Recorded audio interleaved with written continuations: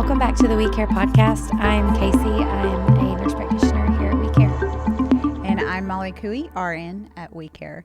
On today's episode, this is one that we could really talk about a lot. It is going to be gut health.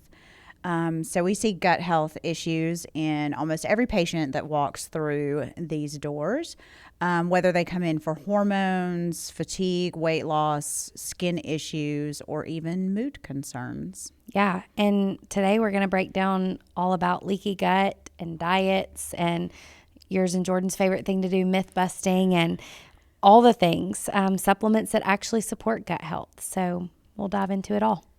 Perfect. So people hear the term leaky gut everywhere, but it still sounds confusing or even like it's a made up terminology. So what does leaky gut actually mean? So leaky gut, the medical term, if you want to get really scientific, is increased intestinal permeability. And what that means is that you have holes in your gut lining. And your gut is supposed to act, that gut lining is supposed to act as a barrier. So it allows water, nutrients, things like that your body needs to seep through to get into your bloodstream for, nutrition and overall health. But when you have leaky gut, when you kind of have holes in the gut lining, then bacteria, toxins, things like that seep out through that gut lining. And my favorite thing to show patients is think of your gut lining kind of like a brick wall with mortar. When you have your brick wall and your mortar there's not a whole lot that can get through that. But let's say you have a brick wall with no mortar, well then sludge and things like that are going to start leaking through. And so we need to strengthen that, and then we fix a whole host of issues. Right. So what are, or some of the, the particles that are going into the bloodstream? Like, how does your immune system, end up responding to that? Yeah, so your immune system sees it as a threat. And so when your immune system attacks what it perceives as a threat, then sometimes that leads to autoimmune conditions. Prime example there would be a thyroid. Thyroid molecules mimic gluten molecules. And when your body is trying to break down those gluten molecules, sometimes it gets misconstrued for your thyroid. And so that's where kind of autoimmune thyroid issues come into play, is when your body's trying to break down other things, it accidentally attacks its own tissues. And then that's where autoimmune stuff comes into play. So what are some of the biggest causes you see in the clinic of leaky gut? Yeah, so a lot of times antibiotic use, chronic antibiotic use is a big thing. Candida particles form a spike on the particle itself. And so what it does is it just goes and pokes holes in the gut lining. Stress, I've already said chronic antibiotic use. There are so many things, terrible diets. Like our diets, food is medicine. And when you're not eating appropriately, or when you're super stressed all the time and you can't digest food, like all of that will lead up to leaky gut. So what do you say to those people that, come in talking about how, I always eat healthy? They probably do. I'm not going to negate that, but stress, if you eat clean 80% of the time, terrible 20% of the time, but you're chronically stressed all the time, then that's going to lower your digestive capacity, and that's going to decrease your stomach acid, and then you're not going to excrete the nutrients out of your foods that you're eating.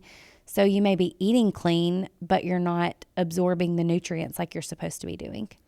So before we get into kind of like our little myth busting section, can you tell me a little bit about some, patients that you've actually seen in the office, that you've worked with on treating some gut issues? Yeah. So one of my favorite things is, I don't always get it right day one. Like we have to pause and pivot sometimes. And I had a patient come to me, her stool testing was horrible for H. pylori. She had a lot of other bacteria in her gut, but her leaky gut marker that showed up on her stool test was over 1,000. I've never seen one that high.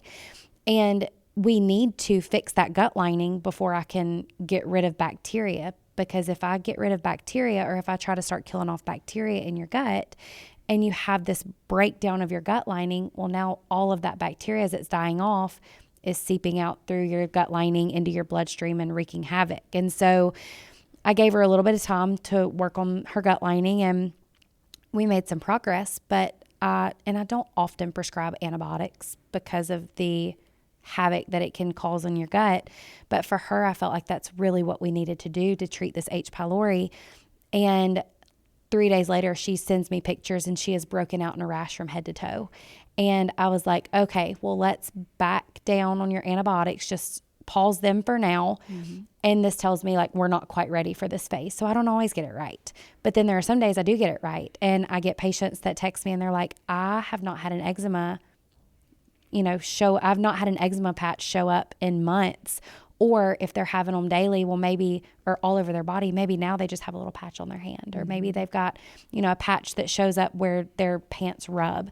So a lot of times fixing that gut lining will also work on eczema. It will work on thyroid issues because, again, your immune system lives in your gut.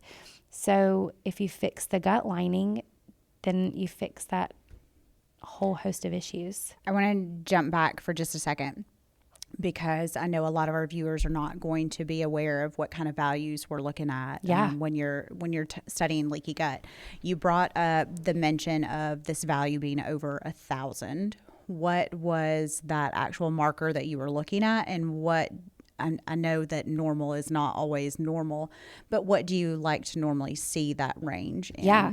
So that number, that's a really good question. That number is, it's called zonulin, and that is just a leaky gut marker that's on the very bottom of stool testing. And so when I first started my practice, before I came here, there was about a year that I didn't test that marker because I didn't see the value in it. And then I started having patients that, I was suspecting leaky gut more and more.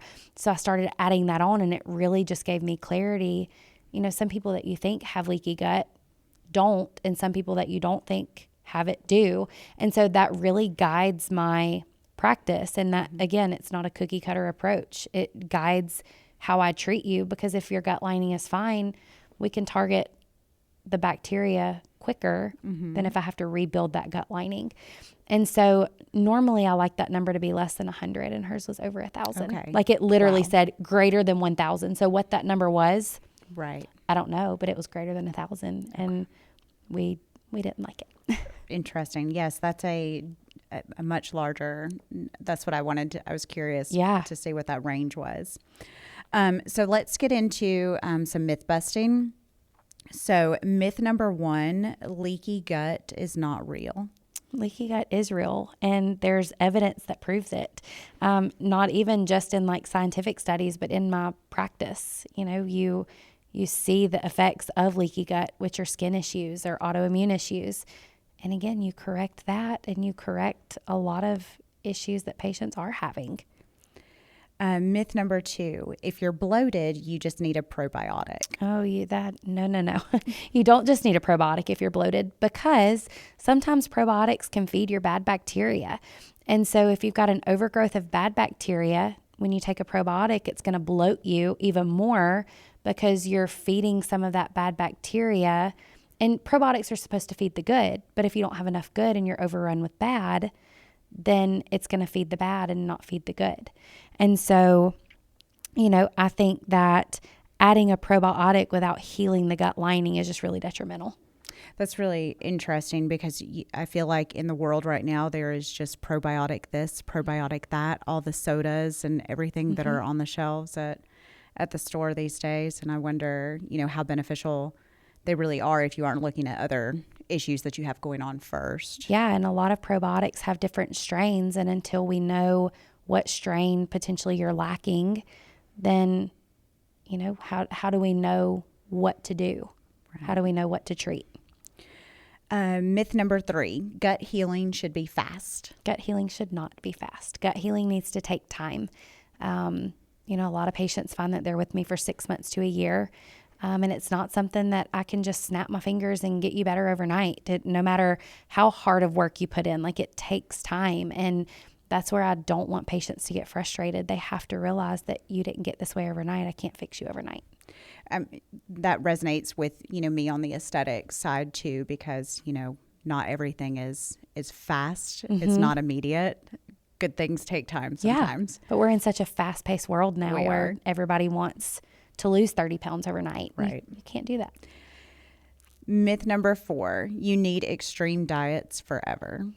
Short-term elimination diets can be extremely beneficial, but we don't need restriction forever, because my philosophy is if I have you on a restricted diet forever, if I have you on supplements forever, or if you're my patient forever in a functional medicine realm, then I'm not doing my job. I'm not addressing what's causing your issues. So sometimes it is diet. Sometimes, we do have to be extreme for a little bit longer than others. Or sometimes, we do have to be gluten-free forever. Do I want everybody to be gluten-free forever? No. But if it's what your body needs, then that's what we're going to do.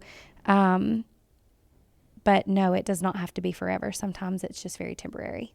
So bringing up the food and the gluten, things like that, where should someone start with evaluating their food? Yeah. It goes back to testing again. Test, don't guess. One of the markers on the stool testing that I do tells me how your gut handles gluten. And that's one of my favorite markers to look at is, somebody will come to me and they'll say, well, I had an allergy testing done and I'm fine with gluten. Like, there's not an issue there. And then their gluten numbers, their anti-gliadin numbers are sky high on their stool testing. And I'm like, well, you may not be allergic to it, but your gut is signaling that something is off. And so, the lifestyle nutrition modifications that I recommend are based on their labs. If they come back with a lot of bad bacteria, then there are certain diets that are going to be more beneficial to you or to them than others. So what are some of the gut healing staples that you recommend to your clients? Collagen, bone broth. I love colostrum. Colostrum is a fantastic one. L-glutamine is fantastic. Quality protein. Don't get crappy protein drinks and things like that. You want to try to avoid inflammatory foods, inflammatory additives in your foods. Cooked vegetables, healthy fats like avocado oil, olive oil. Stay away from the seed oils, the processed canola, vegetable, because all those really wreak havoc on your gut.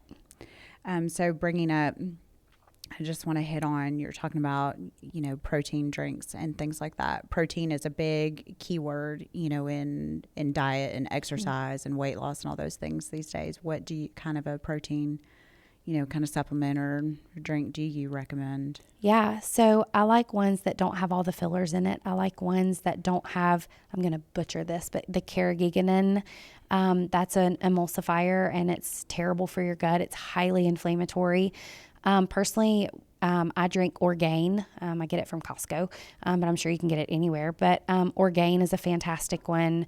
I don't know. There's a lot. That's the primary one I drink, so I can't think of others right off. But we can, drop some in the comments or whatever, as we get to that. I was just curious. We talk about protein with our weight loss patients and things like that all the time, and always trying to figure out ways to supplement protein for clients. So protein shakes are good. I don't want you to be dependent on protein shakes by any means, though, because, again, it's not real food. And, Keith Osment, who owns Spartan Smoothies, he talks about all the time Jesus foods, and he talks about eating whole foods because those are what are best for you. Eat foods that Jesus ate when he was around, which are not all the processed foods that we have now.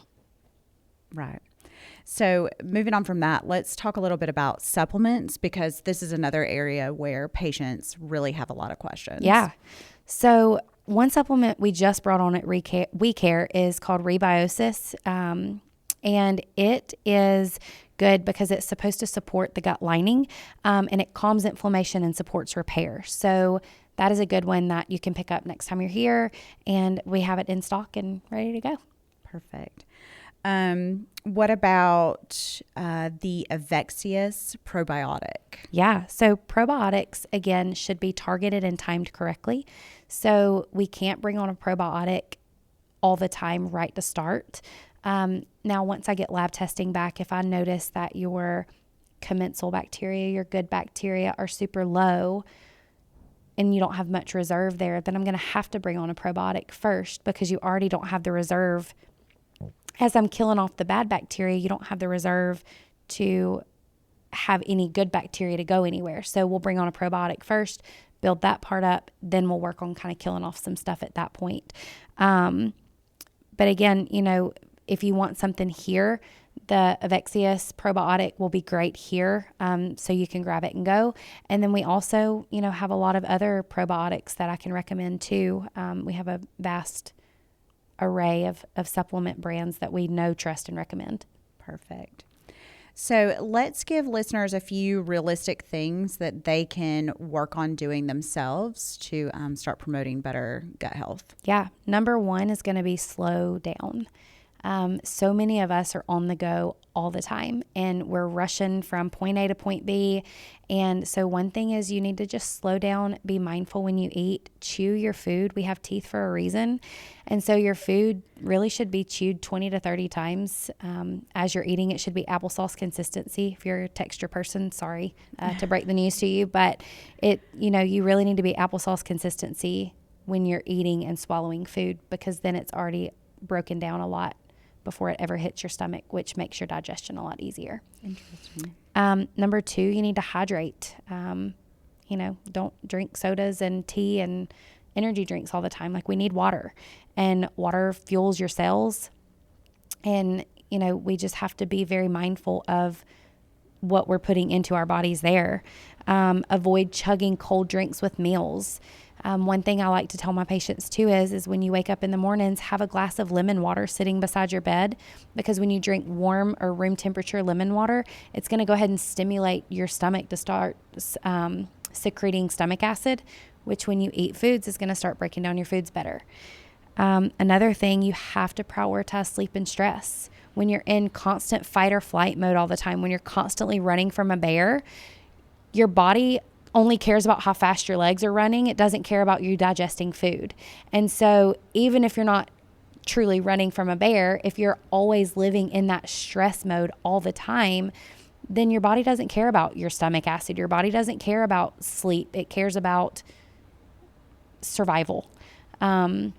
And so that's a big one that I feel like is overlooked. And, when is the last time you went to a doctor and they asked you about your nutrition, or they asked you about your sleep or your stress? Like, it's just not something that a lot of people think to ask. And I feel like it's very overlooked.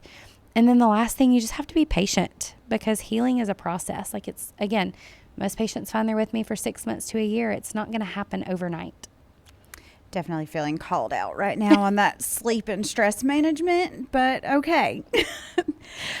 So what it sounds like to me is that gut health is really the foundation to everything. It is. If you feel inflamed, if you feel fatigued, if you feel bloated or just crappy every time you eat something, like, it's probably going to be something gut related. Or if you look 9 months pregnant drinking water, there's probably something gut related going on. Yes.